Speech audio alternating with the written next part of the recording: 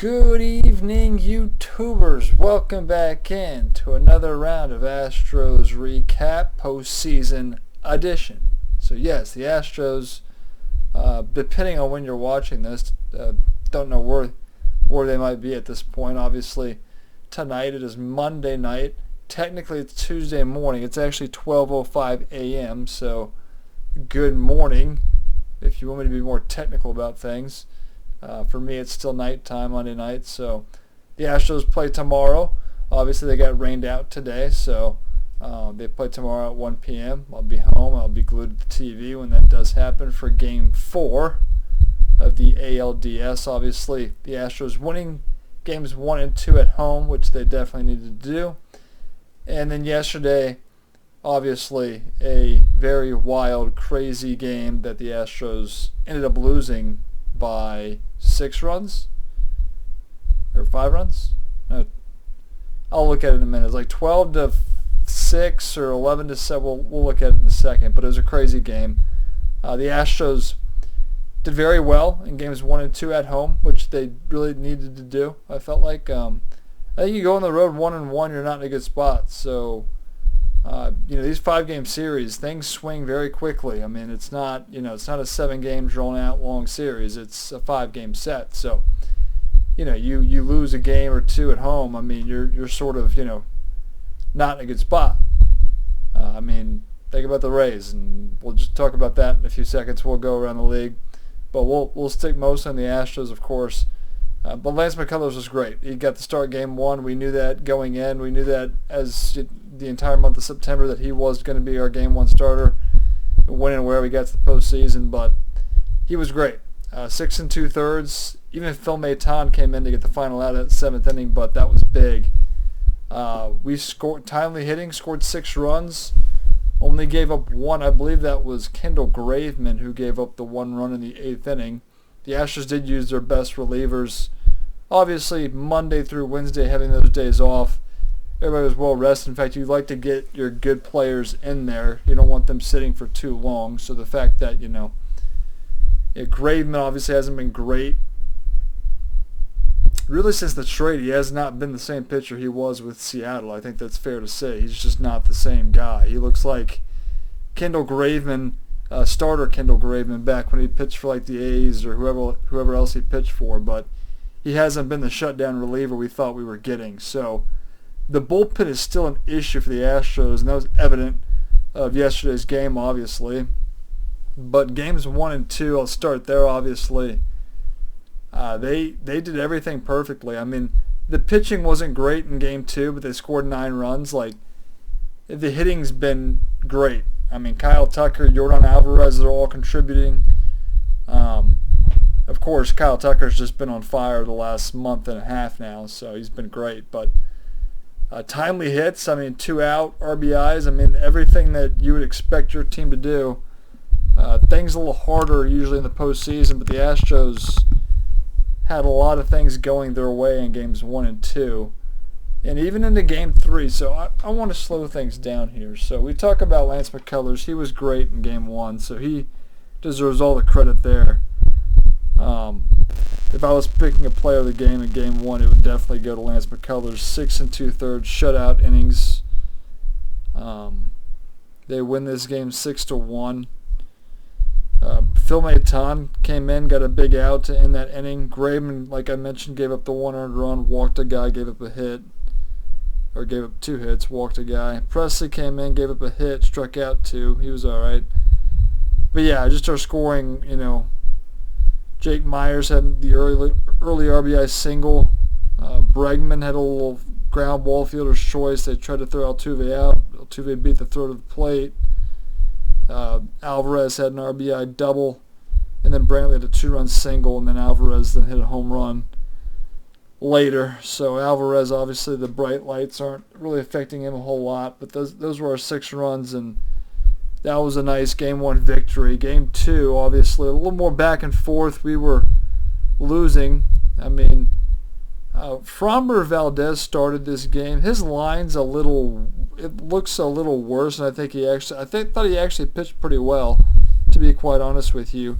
Yimi Garcia, who's been a disaster in the 2 games he's pitched in, gave up a few of the inherited runners there. So Valdez, who goes four and a third, he's tagged with 4 earned runs. Yimi Garcia deserves the blame for some of that. Only 1 walk, struck out 6, limited the damage in the first inning. Had the bases loaded, 1 out, and they only got 1 run out of that. So he battled, didn't get very far. I know that starters will have shorter leashes in the playoffs. You've got, more bullpen arms, I guess, or long reliever type guys. In a sense, I guess, the Astros have Greinke out there. They have Christian Javier. Go multiple innings, of course, but the offense really just came through that game as well. I mean, we scored 2 in the bottom half of the second. That was a Kyle Tucker single, I believe a sac fly by Chas McCormick gave them the lead, but then they gave up 3 in the 5th.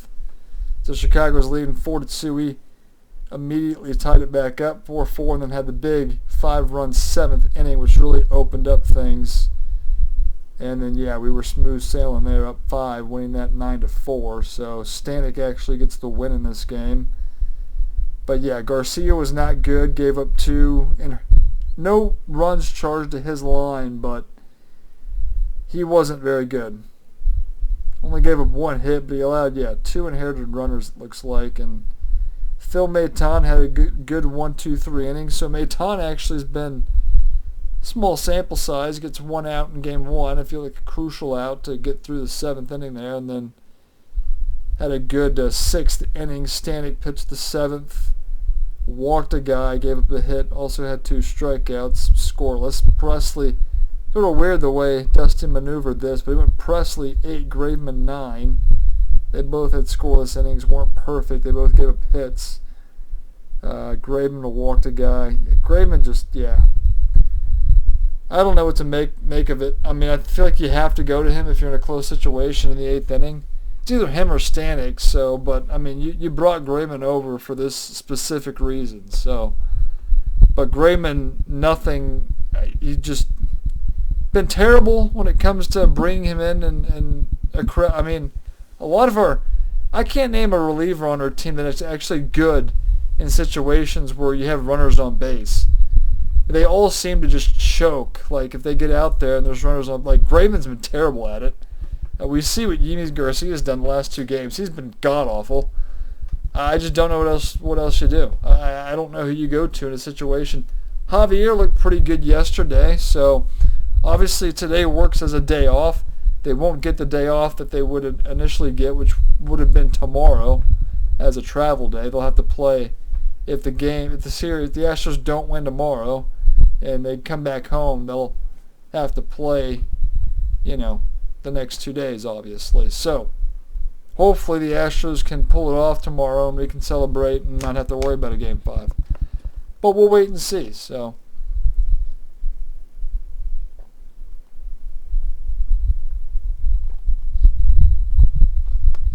but the Astros played well games 1 and 2, so feeling good going into Game 3. Not feeling like a game you desperately need to win. Obviously, the White Sox they're facing elimination games now. But the quick 5-game series, they win tomorrow. We're both facing it. So Lance McCullers will get the start tomorrow. Before I actually set up tomorrow, Game 3, and I could probably spend 20 minutes talking about this game. 12-6 was the final, so the White Sox doubled us up. We were leading this game 5-1. So the White Sox did score in the first inning, I should say. It was let's see, how did they score? It was an RBI single, I believe. Eloy Jimenez, Kyle Tucker had a 2-run double to give him the lead. Jake Myers coming through, RBI single. And then Tucker hits a 2-run shot, and you have a 5-run lead, and it's looking like this series might be over in 3 games.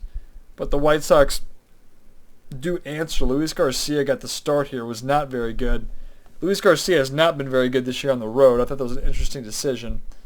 Expecting it, actually. It was a sort of flip-flop between Valdez and Garcia, who you go with in Game 2. And whoever didn't get the start Game 2 is obviously going to go Game 3. So Valdez getting the start in Game 2. Garcia gets the ball Game 3. If the Astros did play today, it would have been Jose Urquidy, who I actually trust probably more than both Garcia and Valdez. Urquidy's pitched in big games. He's pitched in World Series games. He's pitched a lot in playoff games and actually performed very well. So, I mean, he's got the experience, and I think the bright lights don't really get the best of him as far as what we've seen so far. So, I do think Urquidy's actually can be a big-time pitcher for us if we can, advance in the playoffs here. But, yeah, Garcia wasn't very good. Some interesting calls here by Dusty, and I really hope that he's not the reason we actually fail. If we fail in the playoffs, I really hope he's not the reason, because this is his last year with the Astros. It's got to be. There's no way he comes back. I don't know. I'm praying that Joe Espada becomes our next manager. I like him. He's still young. He knows our team very well. He was here since 2018, I believe. So, yeah, I think he should take over next year, but some weird calls by Dusty. First of all, so Garcia's struggling. I believe it's the third inning. Yeah, third inning.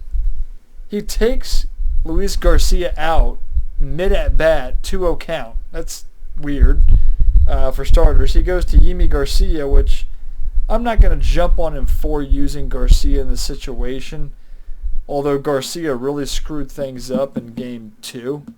Now, it didn't hurt us. We still won the game. But you bring in Garcia, and he craps the bed, gives up the inherited runners that were on base, of course. That's what he does. That's what all of our bullpen pitchers do. And then he gives up, what is he? Let's see here. So Garcia gave up the Grandal home run that made it 5-3. That was Luis Garcia. And then Yimi Garcia gave up the big 3-run home run to... A lot of Garcias here. Comes to Luis, Yimi, and Leary Garcia. It's a weird name. I've heard it like 1,000 times. But Leary Garcia, or Lurie Garcia, hit the 3-run shot that gave him the lead there. So they put up 5 runs, I believe, in that third inning. Or let's see, there's a lot of scoring in this game. Yeah, 5 runs in the third that gave them the lead. The Astros tie it up quickly, top half of the fourth. And the Astros were hitting just as well. Bregman had the RBI single up the middle, tied at 6-6.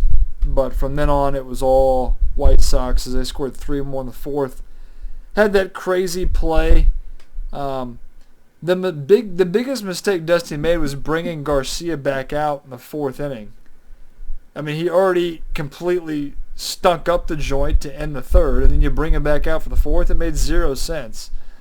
So, yeah, it really, I mean, even the numbers, if you want to go strictly analytical here, the numbers even bared out the point that it was a stupid move.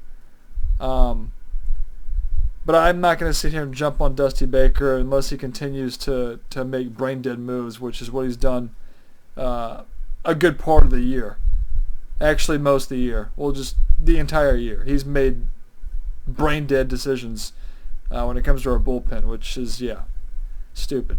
Anyway, it was all White Sox. They actually, I think, retired our last 15 batters. So our offense, after scoring 6 runs in 4 innings, went dead silent the last 5. So, it was a crazy play, bottom half of the fourth where Yasmani Grandal obviously hit the ground ball and was running like 6 feet inside the first base line.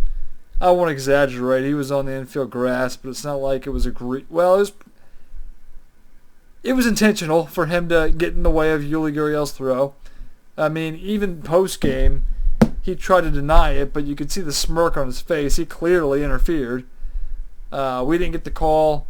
That call didn't cost them the game, so I'm not going to sit there and, act like, I'm not going to be, blame the umpire. Tom Hallion had a tough day behind the plate.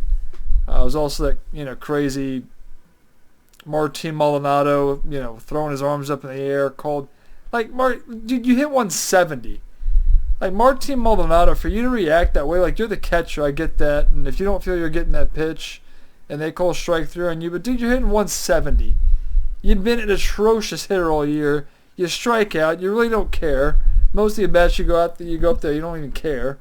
I don't need to see expressions from you like you're upset that you got called out on a called third strike that actually wasn't an egregious call.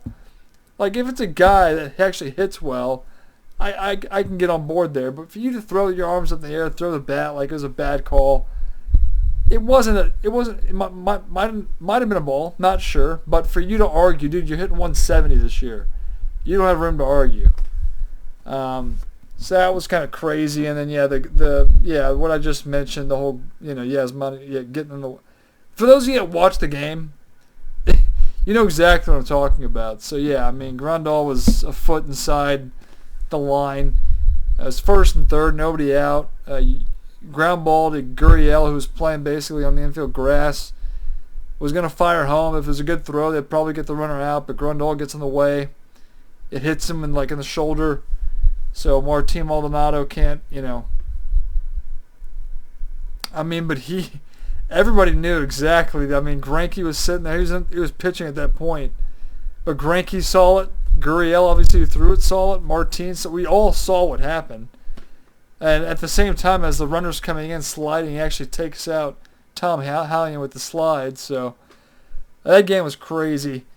But yeah, it didn't go the Astros' way. I mean, so yeah, Garcia shouldn't pitch, period. End of story. Greinke, although he gave up 2 hits, he actually pitched pretty well. I felt like the White Sox were finding a lot of holes yesterday in the defense. So, like every ground ball seemed to get through. Every fly ball seemed to fall. You're right in between our players. So they had a lot going their way, kind of like we did the first 2 games in Houston. But I didn't think Greinke pitched that bad. He got an inning and no runs, but 2 hits that were sort of ground balls that found holes. Javier came in, was very good. He walked 2 guys, but struck out 6, and actually got 8 outs in the game. Didn't even realize that. Stanek got an inning, and then Brooks Raley, who gets an out and gives up 3 earned runs. That's what he's been doing all year. Brooks Raley is just a waste of time. Kind of crazy. I meant to bring this up before I actually get into the series here, but I was actually wrong with the roster. So, a few things here. Jake Odorizzi did not make the roster, along with Marwin Gonzalez and Blake Taylor. 3 guys that I thought would make it did not. They decided to keep a 3rd catcher, Garrett Stubbs. Jose Siri made it, didn't think he would. And who else made it that I didn't expect? There was somebody else. I didn't have Maton making it. Phil Maton. So 3 players that I thought would make it didn't, and that is obviously Jake Odorizzi, Marwin Gonzalez, and Blake Taylor. 3 guys I thought would make it did not, and then the 3 guys, Jose Siri, Garrett Stubbs, and I just said it, didn't I? Jose Siri, Garrett Stubbs, and Phil Maton, 3 guys. So yeah, I meant to actually bring that up before I went into all this, but yeah, that was sort of your 26-man roster. Everybody else was sort of there. But yeah, so I was talking about Stanek, Brooks Raley, Raley's, I mean the game was basically over at that point in time, but he's terrible. Brooks, he should not be on this team next year. I don't know what his contract status is, but bringing him back this year was a big mistake. It was terrible. But yeah, I mean, we used a lot of pitchers. Didn't use really. I mean, I think Greinke will have plenty of availability tomorrow. But again, Astros baseball. If your starter can't go deep or 5 or 6, you're in bad shape. Luis Garcia went 2 2/3. Couldn't get out of the 3rd inning. So yeah, that pretty much. But you were leading 5-1. So I mean. The Astros didn't desperately need to win that game, but it would have been nice to sweep the White Sox and, have another 3-4 days of rest before they'd start their next series. As far as other things around the league, obviously Boston just knocked out Tampa Bay. So Tampa won their first game at home. They lose game 2 and then the 2 in Boston. So Tampa Bay, that's crushing for them. Obviously last year, winning the AL pennant, losing game 6 in the World Series after Kevin Cash stupidly took out Blake Snell, who was cruising along. Blew the game, blew the World Series. They go in with the best record in the American League, home field advantage throughout, and they're knocked out in 4 games. So yeah, Boston, who won the wild card game, is now moving to the ALCS, and they will play the winner of the White Sox and the Astros here. Astros, if they can finish this series off, they would host the Red Sox, so that would be nice. White Sox obviously would have to play on the road wherever they go. But yeah, so I'm gonna wash away Game 3. I think the Astros have put that behind them. He had the day off today. Supposed to play today. Got rained, washed out. So we'll play tomorrow at 1 o'clock. And Lance McCullers will be on the mound. So originally it was going to be Urquidy if they had played today, but with the day off. McCullers will be pitching on regular rest. I believe Carlos Rodon will be going for the White Sox. Curious to see what Rodon brings to the table. Obviously hasn't pitched a lot the last month. I think he did pitch one of the last games of the regular season for them. But Rodon dominated us in the regular season in Chicago earlier this year. So we'll see. I know he's dealt with some shoulder, arm soreness, so we'll see what the story is there tomorrow. But yeah, I still like the position the Astros are in. Don't want to go back to Houston, obviously, to play Game 5. We want to wrap this thing up tomorrow. But yeah, so obviously exciting times. Yeah, for the Astros. I mean, you win those 2 games in Houston to give yourself sort of a little leeway if something like what happened in Game 3 were to happen. So, bullpen imploded. And that's one of the things that scares me about this team, especially if you can't get the contributions that you expect to get from people like Kendall Graveman.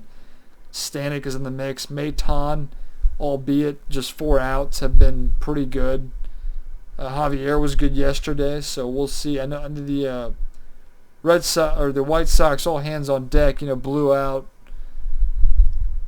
Well, Dylan Cease, who got the start, which we weren't expecting. I thought it was going to be Rodon, but Cease got the start. He didn't get out of the second inning, I believe. Michael Kopech came in. He threw like 50, 60 pitches out of the bullpen.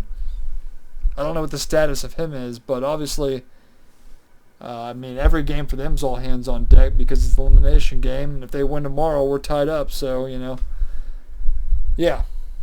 That's the way you look at it. Astros, obviously, I still have faith that they'll find a way to finish this series off. So, yeah, the Dodgers.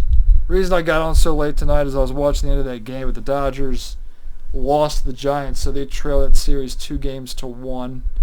Dodgers did win that wild card game against the Cardinals that I was excited about, but yeah, walk-off home run, Chris Taylor in the 9th inning. Good game, terrible result.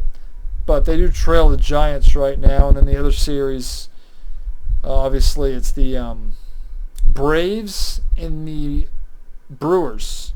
Braves have a 2-1 lead. So that's also sort of a upset in the makings, it looks like, if the Braves actually knock off the Brewers. Brewers won Game 1. Braves won Games 2 and 3. So that's sort of your postseason report around the league. But obviously here, Houston, Texas, we're all looking forward to tomorrow's game. Hopefully the Astros can pick up the W. If McCullers can pitch well, if we can get enough runners and hits, we'll be in good shape. So, trying to think anything else. I've pretty much covered a lot of things. One thing I do want to point out, some of my podcasts lately, if you listen to them, have this weird staticky noise in the background. I apologize for that, even if you heard it today, because on my last few podcasts, yeah, they have that. I have no control over that. I can't even hear it. Like on my end, I can't hear any noise whatsoever. I hear the fan. That's basically it. So, but yeah, I apologize if there's some staticky noise. Hopefully, if there is any, it doesn't last too long. But yeah, my equipment, I guess, isn't the best to do these podcasts. Just a small camcorder, small microphone. So things aren't always perfect. So I do apologize if you hear any staticky noise. I mean, for all I know, you could be hearing it right now. So, but yeah, love to hear your comments in the section below. Give this video a like, obviously, share it with your friends, all that good stuff there's to do on YouTube. I'll be back. Can't tell you exactly when, but I will be back to wrap up this series, hopefully talking about another one the Astros are playing in. But yeah, wrap things up there at 25 minutes, 26 almost, and it's 12:30, so I got some things to do before I call tonight. So I'll wrap things up there, and I'll talk to you hopefully pretty soon.